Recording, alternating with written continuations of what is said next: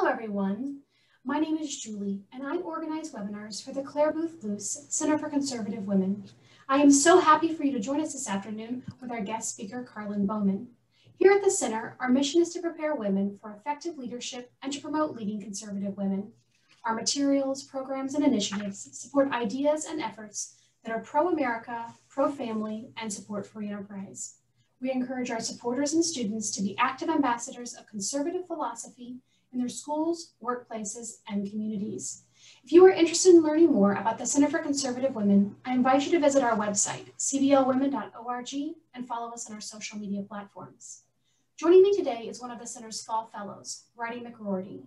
Bridie is from Washington, D.C., and is currently a sophomore at the Catholic University of America. She is majoring in psychology with a minor in philosophy. We are so thankful to have Bridie with us this fall. Karlyn Bowman compiles and analyzes American public opinion using available polling data at the American Enterprise Institute. She focuses on a variety of subjects, including the economy, taxes, the state of workers in America, environment and global warming, attitudes about homosexuality and gay marriage, NAFTA and free trade, the war in Iraq, the women's attitudes, In addition, Ms. Bowman has studied and spoken about evolution in politics because of key demographic and geographic changes. She has often lectured on the role of think tanks in the United States and writes a weekly column for Forbes.com. Today, Karlyn will break down the latest polling information to show how women voted into Tuesday's election. She will also discuss other demographics and how they impact our current situation. Please join me in welcoming Karlyn Bowman. Thank you very much, Julie and Bertie. I really appreciate those introductions and the work that you do. Let me begin by talking a little about the work that I've done over the years at AEI. I've been at AEI for 40 years, and it's a very long time, but it's been a wonderful, wonderful career.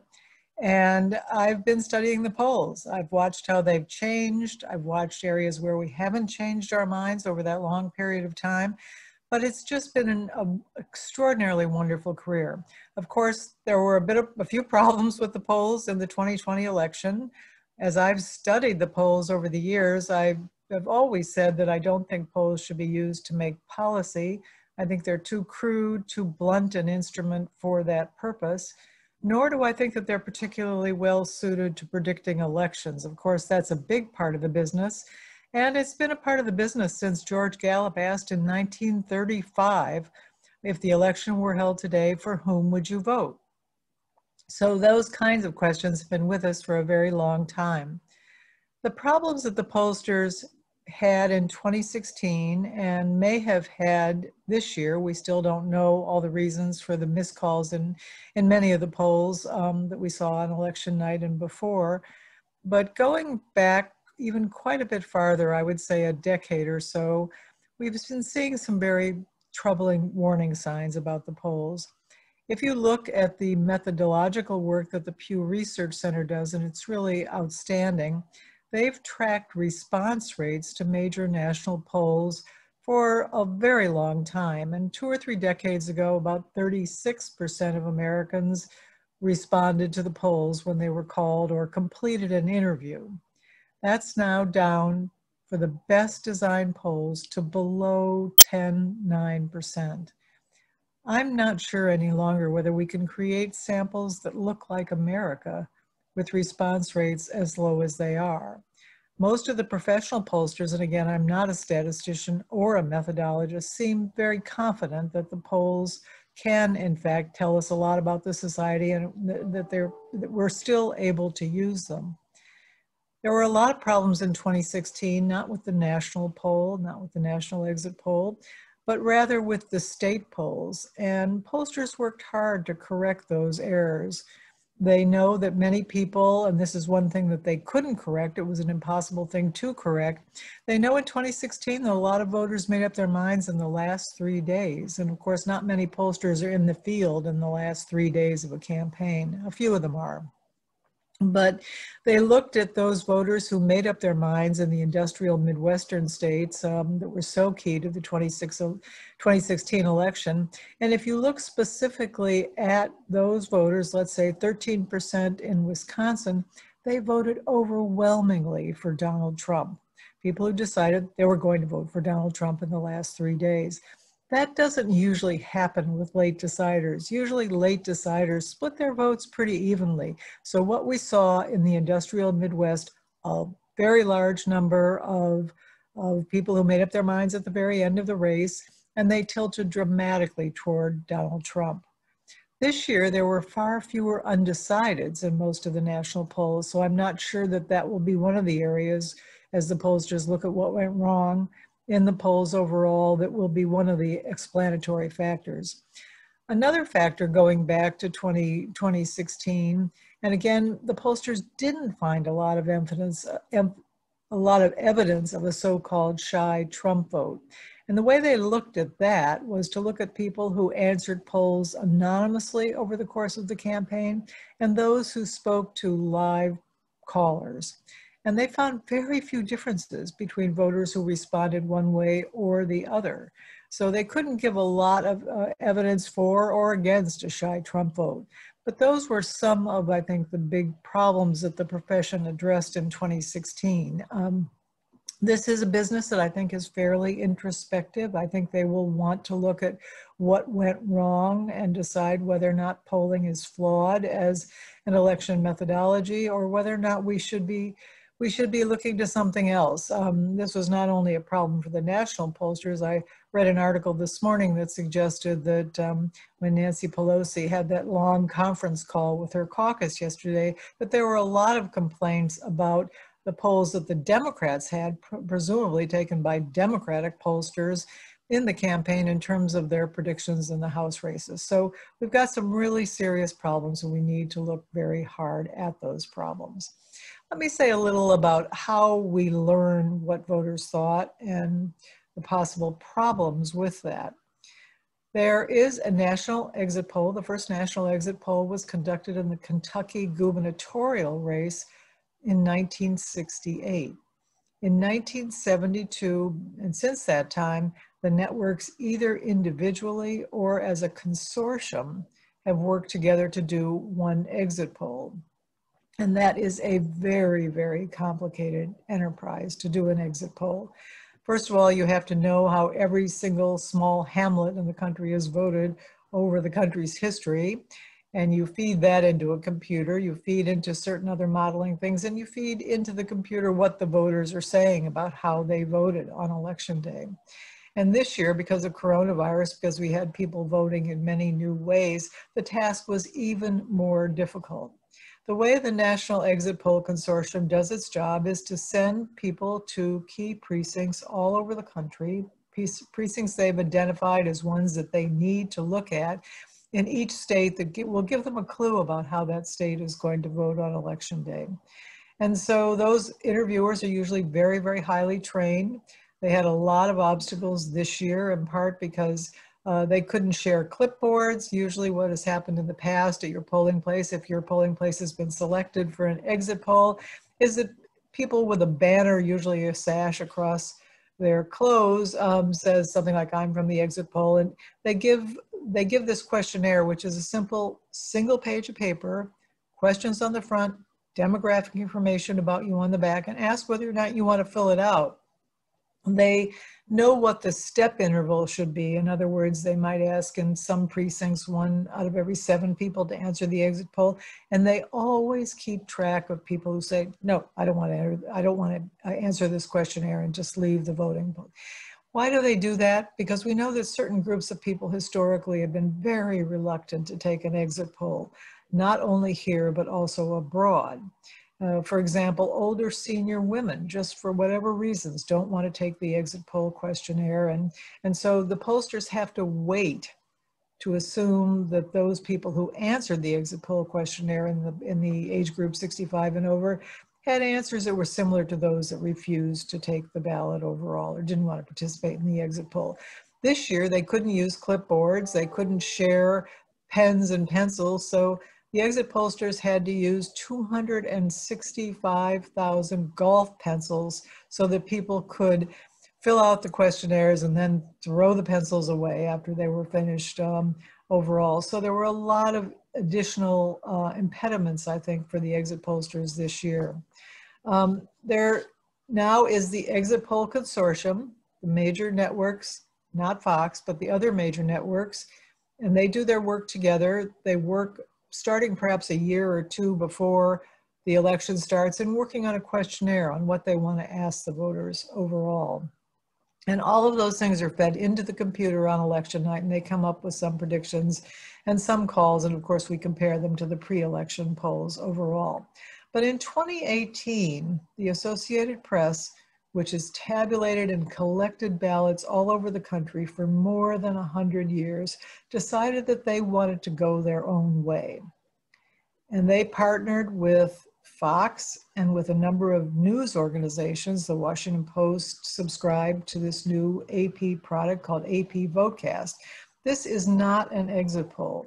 What AP Votecast is an online survey asking people whether they voted, lots of questions about how they voted, and also basic demographic information about people overall. So it's very different from talking to actual voters as they leave the polling place. But AP Votecast has involved now a lot of, again, Fox News and quite a number of major media organizations, and they've shared their data with us, and as has the exit poll, to look at what voters said about the campaign. Again, I think there are very significant hurdles that the polling profession has to confront. I mean, I don't know about you, but I'm not eager to talk to the pollsters in the evening. I rarely answer political polls. I certainly don't answer the ones that ask me to press 1 for yes and press 2 for no, even though they have a pretty good track record. And I just don't want to be bothered, again, in the evenings by answering the polls. We know that there have been some systematic biases in the polls over a long period of time. People with a college degree or more seem more willing to answer the polls than those with a high school education, a college education or less formal education overall. And there's some other problems that have been baked into the polls for a while. I think that's one of the reasons that both Gallup and Pew got out of the business of making a final election prediction. They did this perhaps a decade ago. I could have my timing wrong there, but they haven't been involved. Instead, what they've tried to do is to understand the mood of the electorate overall. And I think their contributions are still just enormously important. But of course, the challenges and the problems that face the pollsters in this election cycle certainly affect all polls more generally. I will want to do a complete count, for example, in looking at states when I have the time and can go back to the polls, but I think every poll conducted in 2020 showed Sarah Gideon ahead of Susan Collins in Maine. And of course, Susan Collins won fairly comfortably. That's a really serious problem. But we've also had problems abroad. In the Australian 2019 general election, where voting is mandatory, all of the final pre-election polls got the major candidate winner wrong, as did the exit polls. The polls were wrong about Brexit. So again, these are problems not only confronting the US industry, but also confronting many pollsters abroad. And this is certainly, as I've watched polling over 40 years at AEI, this has certainly become a global business. So I hope we'll be examining very closely the statisticians, the methodologists. In 2016, those people from the American Association for Public Opinion Research that looked at the problems of the polls included practitioners, people who were conducting public opinion polls, and academics, statisticians and methodologists trying to understand what went wrong. And I hope we'll see that kind of postmortem again after the 2020 elections. So what did we learn, and what do I think polls are valuable for? I want to talk quite a bit about women in this election campaign, but let me begin with just an overview of some of the interesting questions in the exit poll, at least some of the ones that I thought were really interesting overall. The national election poll, the exit poll, the major national poll, asked this question: which is more important, containing the coronavirus now, even if it hurts the economy, or rebuilding the economy now, even if it hurts efforts to contain the coronavirus? Nationally, 51% said containing the virus was most important, and 42% said rebuilding the economy now was. And as you can imagine, there was a huge split in terms of the responses of Biden voters and Trump voters. Those who voted for Biden chose containing the coronavirus by 80 to 18%. Those who voted for Trump chose rebuilding the economy by 76 to 22%, virtual mirror images of one another. And I think based on that, and also based on the earlier polls, we were not surprised by this finding when the exit poll consortium asked, who would better handle the economy? And separately, who would better handle the coronavirus pandemic? Trump led slightly on handling the economy by 50 to 48%. In terms of the coronavirus pandemic, Biden led Trump by 51 to 43%. Again, we know we have a lot of Democrats and Republicans voting, so it's not surprising that those numbers are pretty close given the numbers of Democrats and Republicans in the electorate overall. They looked extensively at the national economy and at people's personal circumstances, and when asked whether the condition of the nation's economy was excellent, good, not so good, or poor, 13% described it as excellent, 35% as good, 31% not so good, and 19% as poor. But I thought these two questions were particularly interesting. This one asked a very question that echoes back to a question that Ronald Reagan asked in the 1980 campaign debate, in which he asked whether you're better off now than you were 4 years ago. This is the question the exit pollsters asked in 2020. Compared to 4 years ago, is your family's financial situation better today, worse today, or about the same? 41% of voters said their family's financial situation was better today, 20% worse, and 38% about the same. A second question, and this mirrors all of the pre-election polls, said which best describes your family's financial situation? Are you getting ahead, holding steady, or falling behind? Nearly 70% of voters said that they were holding steady. About 13% said that they were getting ahead, and 18% falling behind. I like this particular question because it shows that Americans are basically optimistic. Do you expect life for the next generation of Americans to be better than today, worse, or about the same? The better than today response was 53%, worse, 20, about the same, 21. So I think an optimistic and forward-looking public. There were many other questions in the National Exit Poll and in the AP Votecast online poll. But what I wanted to do again is to look historically, not at what the pollsters told us about 2020, though that's obviously important, but to try to put the results of how men and women and married voters and unmarried voters have voted over a long period of time. And as I said earlier, with the exit polls, the national ones, we can go back to 1972. We've talked extensively about the gender gap in American politics for a long time, since the early 1980s, when for the first time in the modern era, we saw a gap between men and women and their votes in the 1980 campaign. Women voted very narrowly, 1 percentage point for Ronald Reagan. Men voted overwhelmingly for Ronald Reagan. So the gender gap has been with us in every election since 1980. We heard a lot of stories written by the major media that the gender gap was going to be larger than it had been in previous elections. And in fact, they were wrong. The gender gap was much smaller in 2020 than it had been in recent elections. In 2020, men voted 48% for Biden and 49% for Trump, much closer than had been expected. Women voted 56% for Biden and 43% for Trump, for a 14 percentage point gap on the net margin.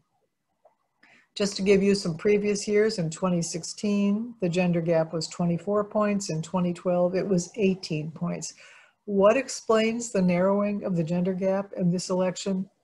Men were more supportive of Biden than they had been in the past. For example, if you look at men in 2016, 41% of them supported the Democrat. That was 49% in this election. So that reduced the size of the gap overall. So we will continue probably to see a gender gap in politics. It isn't necessarily determinative of who will win.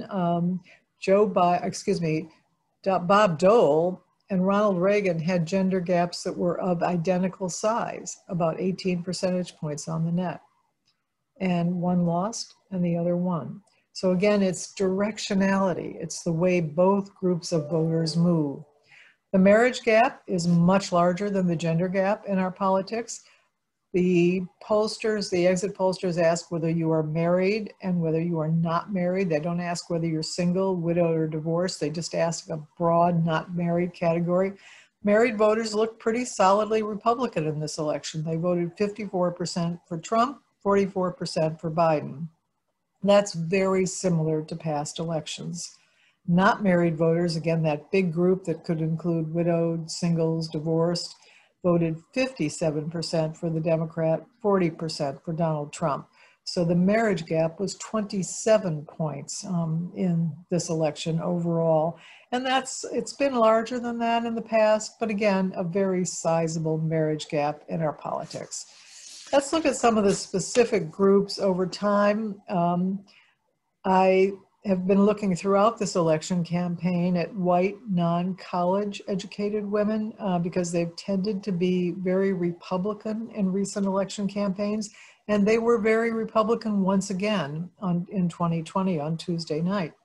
A little less so perhaps than they had been in previous elections. For example, 34% of white women without a college education voted, 34% voted for the Democrat in 2016, and 39% voted for Biden in 2020. So we saw a bit of a closing of that gap overall as white women without a college education appeared to defect a little from Donald Trump. White men, of course, still looked overwhelmingly in this category, still looked overwhelmingly and solidly in support of Donald Trump. I'm not going to talk about white women with a college degree because I'm just not confident of what we're seeing in the exit poll. The AP Votecast online survey suggested that 60% of them voted for Biden and 38% voted for Donald Trump. That would be an all-time high for white women with a college degree. Again, I'm not confident of the exit poll number. I think there'll be some adjustment of that going forward. But again, the trend seems to be over the last, let's say, 5 elections, white women with a college degree are definitely becoming a little bit more Democratic. And if AP Votecast turns out to be right, again, this is a group we're going to watch very carefully going forward. Suburban women, we heard a lot about them. And again, they did look more Democratic than they did in 2016. Not significantly so, but enough to move a lot of races. 55% of them voted for Biden compared to 51% of this group voting for the Democrat in 2016. There are many other categories in the exit polls that I'm going to be looking at a lot more closely. We've seen some interesting new patterns on religion, but let me go into some of the demographic changes that are influencing some of the numbers that we've been seeing in the exit polls and in the election overall. As you know, the country is becoming more racially and ethnically diverse. We saw some interesting results among Hispanics. Hispanics are certainly growing very substantially as a share of our electorate. Asians are the fastest growing share. They look pretty Democratic overall. White voters as a share of all voters are declining. There were about 5 million fewer white voters in the eligible electorate in 2020 than there were in 2016. So the white share of our population is shrinking. The Hispanic sector and the Asian sector growing very, very fast again. But looking at the Hispanic vote is particularly difficult for the exit pollsters because we know that the patterns of historic assimilation of Hispanic voters in different states are very different. If you look, for example, at at Hispanic voters in Florida, Cuban or Hispanics of Cuban descent in 2016, I believe we're still a majority of all Hispanics in Florida. They're now below a majority, still a strong plurality, but below a majority as other groups, Guatemalans and others, become part of that mix in larger numbers in Florida overall. And it appears that Donald Trump did particularly well with Hispanic voters of Cuban descent in Miami-Dade and some of the other Florida counties, and that explains perhaps that election result and his victory there. The state is always a toss-up and always one we watch very closely. But if you look at a state like Texas, where most Hispanics are of Mexican extraction or assimilation, the vote is very different. Again, Trump did well in Texas in some of those border counties overall. And this goes to another issue that confronts the pollsters that's related to demographic change. It is very expensive to poll Asians or to poll Hispanics. We have a couple of very good outfits that do it on a regular basis. Certainly the Pew Research Center's work on Hispanic Americans is very important and has been, but very few pollsters have the resources to look at first, second, and third generation Hispanics. In many second and third generation Hispanic households, Spanish is not spoken. English is the major language. And we do not know whether those second and third generation Hispanics, because most of the Hispanic population in the United States are people who were born here, we do not know whether or not they will just blend into the population as a whole and be a more competitive vote going forward. I expect that will probably be the case, or whether or not Hispanics will have a distinctive identity like the African American population, which has voted overwhelmingly Democratic for a long period of time. So again, very difficult racial and ethnic changes to happen within the population that the pollsters and the demographers need to consider. We also need to consider mobility of different groups. So you've seen in the last decade and a half a very substantial movement of Hispanic Americans into South Central, making some states much more competitive than they were, for example, a decade ago. I think of North Carolina, which is still very close. If you look back to recent elections, of course, Barack Obama decided to have a convention there in 2008. I think that was a very smart move. If you looked at the Hispanic population from 2000 to 2010 in North Carolina, it had grown by over 100%. So it was probably a good bet in 2008 and 2012 for the Obama campaign to concentrate very significantly on Hispanics in that particular state. He won the vote there once and lost it in 2012. But we knew that it was going to be a very competitive state because the demography of the state was changing overall. The African American vote there and nationally is growing very slowly. And it was eclipsed in the exit poll this year by the Hispanic vote. Hispanics were 13% of all voters. African Americans were 12% of all voters. So we're watching the migration of Hispanic Americans into different parts of the country that will affect the vote overall. We also look very closely at the changing age structure of the population because that's very important in determining the exit polls and how they're constructed overall. We know that older voters are more likely to vote than younger voters, though it appears that younger voters were may have been a larger share of the electorate than they have been in past presidential elections. I can't confirm that yet. I need to do a little bit more research on that. But older Americans are also diversifying, and this is something we're going to see a lot more of moving forward to 2024, 2028, and so on.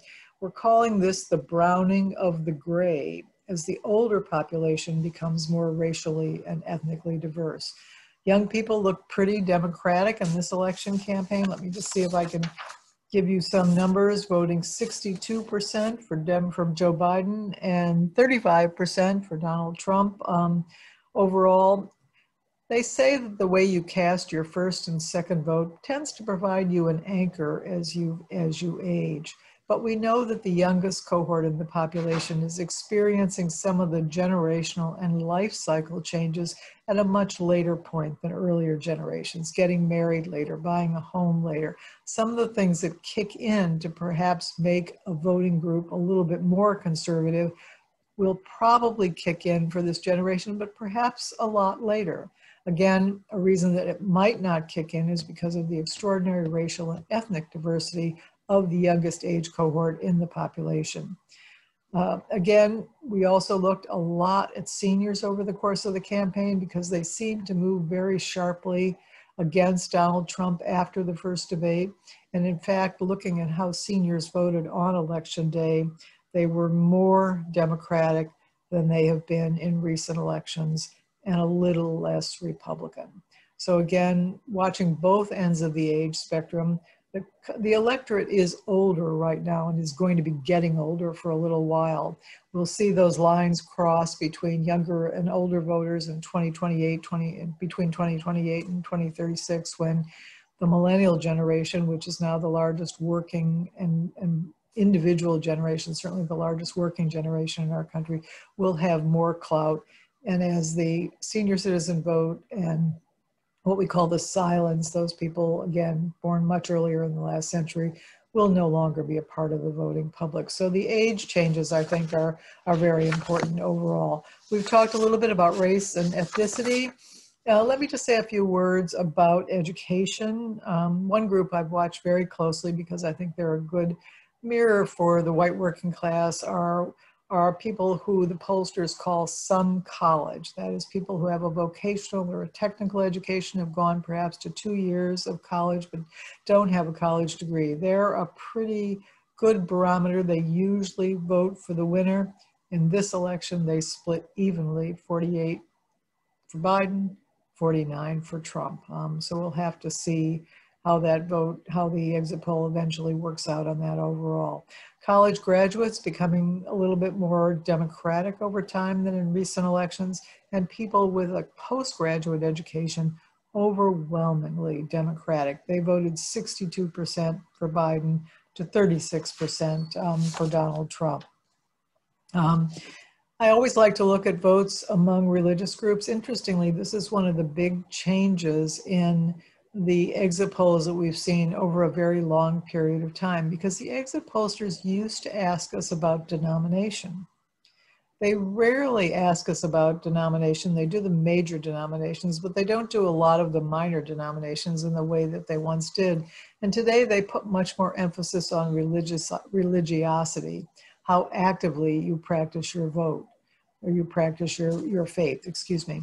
And we know that people who go to Mass regularly, who go to synagogue each week, and who go to church, the Protestant services each week, are very different from those who don't attend church at all. A Catholic who goes to Mass every week has more in common with a Jew who goes to synagogue every week and a Protestant who goes to services every week than that Catholic has in common with a Catholic who doesn't go to church at all, doesn't go to Mass at all. So religiosity is becoming very, very important. We look specifically at Protestants still look pretty Republican, and they were so in this election campaign. Catholics, again, white Catholics in particular, a vote that tends to be fairly competitive overall. In the AP VoteCast poll, Catholics split pretty evenly, 49-49, Catholics as a whole.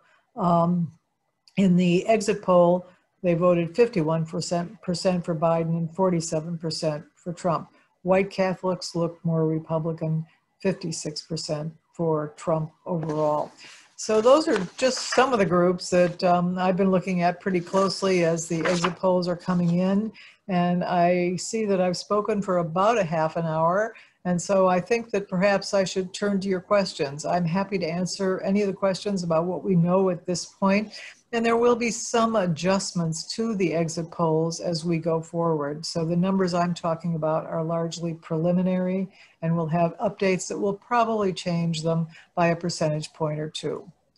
I see you on the screen, Julie, so let's go. Thank you so much. That is fascinating information. I really appreciate you breaking that down, and especially giving us a background, because those of us who don't know polls or polling, this is all new if we're really starting to pay attention to political situations and elections.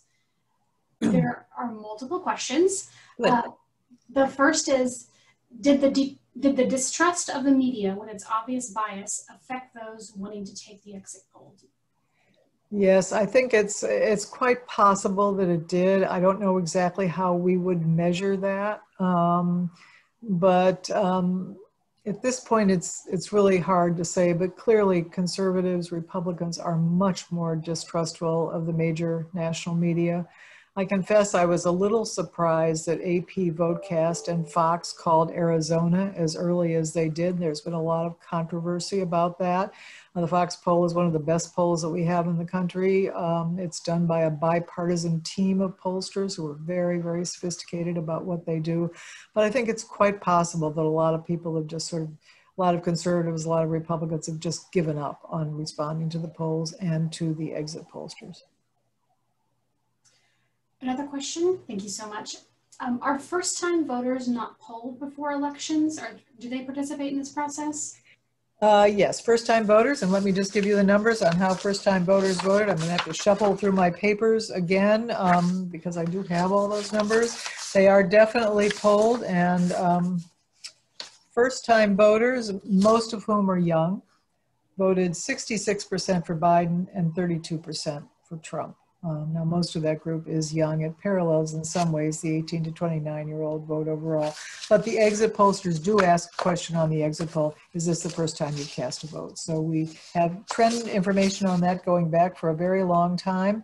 If you look, for example, in 1984, they looked overwhelmingly Republican. In 1988, they were narrowly divided. They looked Republican. But going back to 2008, probably reflecting the ethnic and racial diversity of the group, they voted 69% for Obama. And in 2016, the vote was a little bit more split, 56% Democratic, 40% Republican. Again, in this election, 66% Democrat, 32% Republican. So a vote about which we've seen some volatility over time. But yes, we do ask about these voters. Thank you. Thank you. Another question, do you think these exit polls could offer some clarity to who won the election? Like how does that work out? Like you're not really trusting some of the polls and the polls have been wrong in the past. So why do we trust them? Should we? Well, what the exit pollsters are doing before a network calls a state for one candidate or the other, they're not just looking at the exit poll results. Let me go back a little bit and tell you how it works for the exit pollsters on election day. I'm going to talk about what's called the National Election Pool, which is the network consortium and not the way that AP Votecast does their online poll. An online poll is like all the online polls you see all the time these days. But what the major networks exit poll does is they have a huge amount of information about how every state has voted in every election going back as far as you can take that data. They also have models that suggest, for example, what proportion of the vote might be counted early, or might be cast early in a state. They know that there are different patterns, let's say in two states, based on historical data. They know there are different patterns, for example, in Arizona and Florida, based on what they've learned from the past, based on actual vote counts. Now, in the past, they've worked with the Associated Press, which I mentioned earlier, has split off and formed its own new exit poll. But going back to the network exit poll, they still have people all over the country talking to secretaries of state, to election officials in selected precincts and counties all over the country. So they're getting raw vote totals in of what's actually happening on election day. They get 3 waves of the exit poll. They get a wave at 1 o'clock in the afternoon, and I think only 4 or 5 people are allowed to see that data. It's always off. It's always wrong. But it can give you, and why is it always wrong? Because it doesn't capture the entire electorate that's voting. That's part of the reason, but we also know that it's capturing the votes of people who voted early in the day, and we know that traditionally, for example, I don't think this was true anymore, but union workers would vote after the polls closed, usually on after they finished work on election day. So that would be a different skew than people who voted earlier in the day overall. So they're factoring all of this in. So they get the first wave that will probably tell them if, gee, this is going to be a landslide election and it's going to be very tight, but they don't really look at the actual numbers for the first wave. Then a second wave comes in the afternoon. And again, because so many things have leaked from the exit polls in the past in this first and second wave, so many things have leaked that what the exit pollsters have done is literally put those 5 people in a room, take away their cell phones, take away their computers, take away their laptops, take away everything they have. So they're just looking at not only the raw vote totals that their stringers are getting all over the country on what's actually happening on the ground. They're looking then around 4 o'clock at 2 waves of exit polls. And the second wave corrects for a lot of problems in the first wave. But again, they have historic data that takes you back many elections so they could see if the early pattern of voting is significantly different from what it's been in the past. And of course, this year, and then they get a third wave, and that's when those people who work on the decision desk, and I have 2 very good friends who work on the decision desk. They're statisticians, they're modelers, they're numbers people. And they started rehearsals more than a year ago to figure out how this was going to work. And for the last month, they've been having tons of rehearsals, looking at different scenarios, looking at a possible Trump victory. You know, they really do a lot of work to try to get this right. So they have raw vote totals. They have historical information about how every little hamlet in the country is voted over time. And they have these 3 waves of exit polls. Then those people who run the decision desks have to make a decision about whether or not they can call Florida. And for example, Florida tends to be a state that counts its votes very fast. They can count their votes early. Not all states allow you to do that. That was in Pennsylvania, does not allow votes to be counted until election day.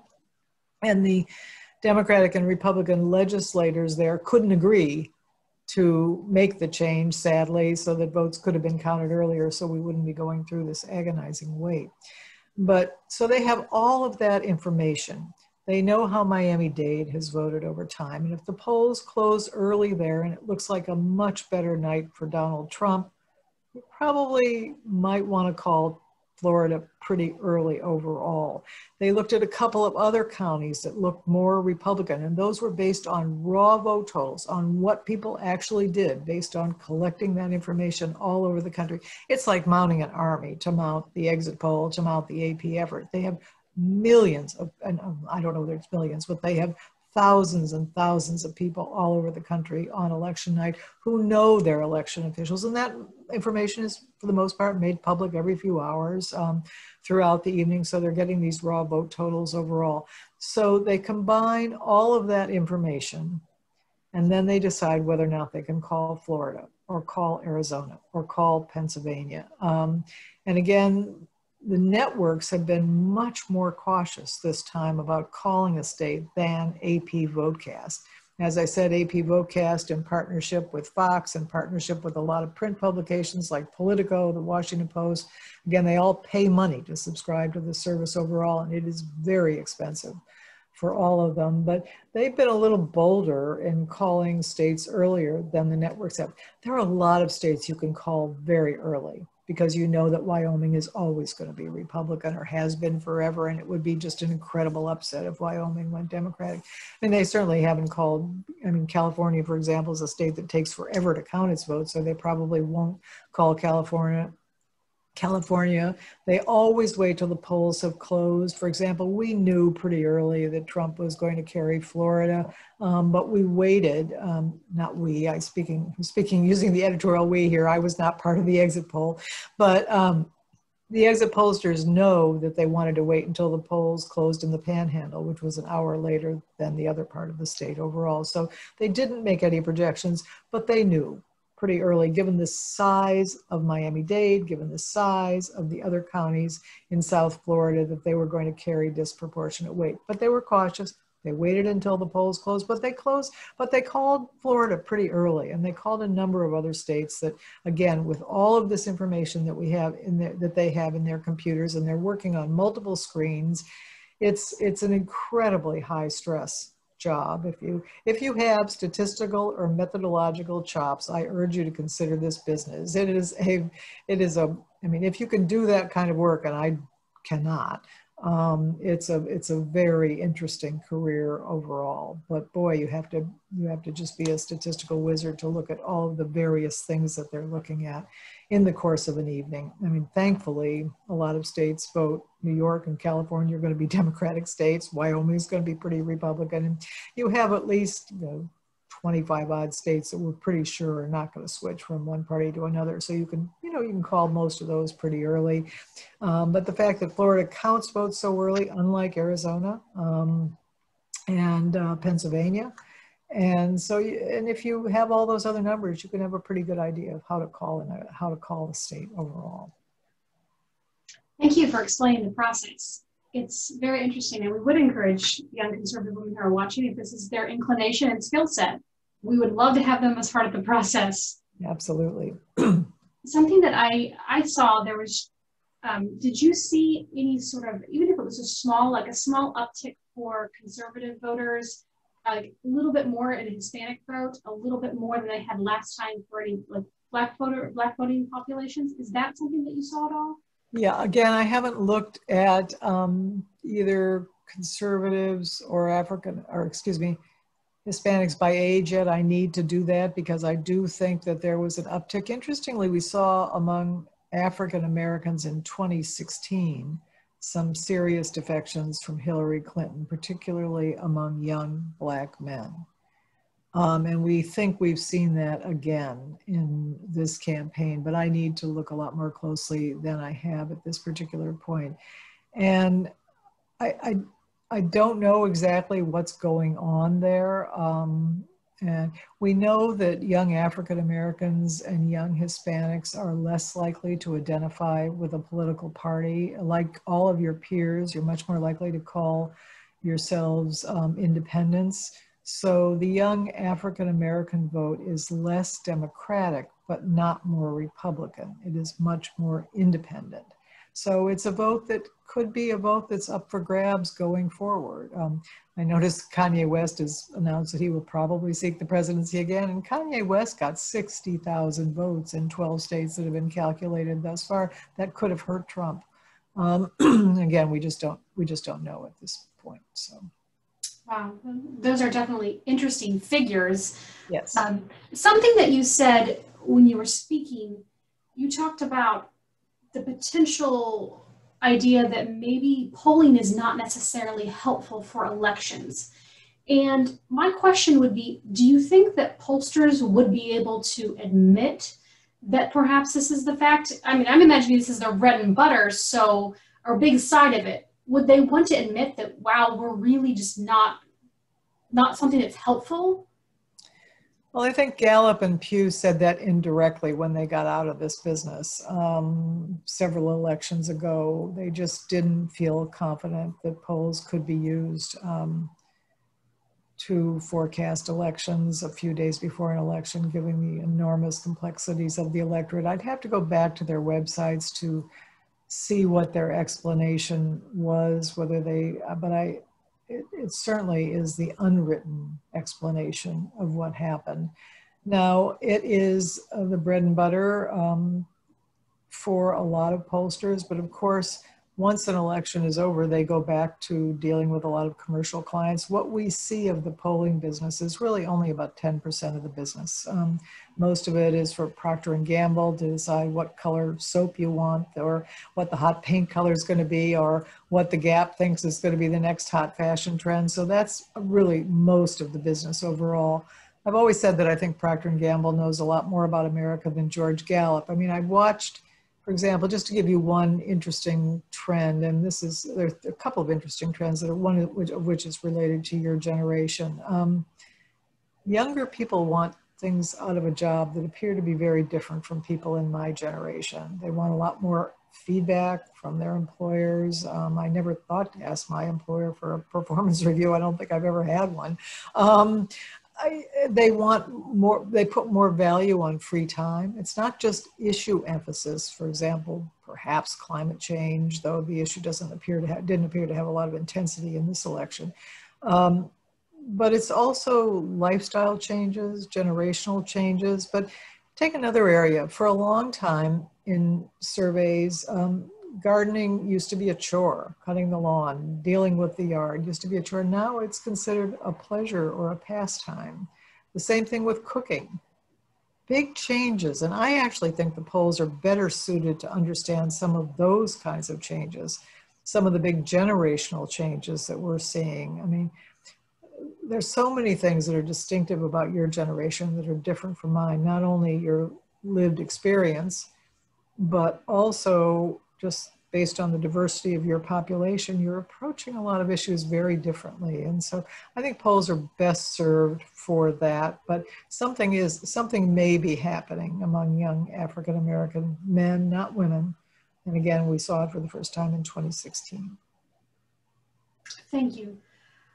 So what does the role of social media play in this entire process? Is that something that has been brought to the table in this polling community, if you will?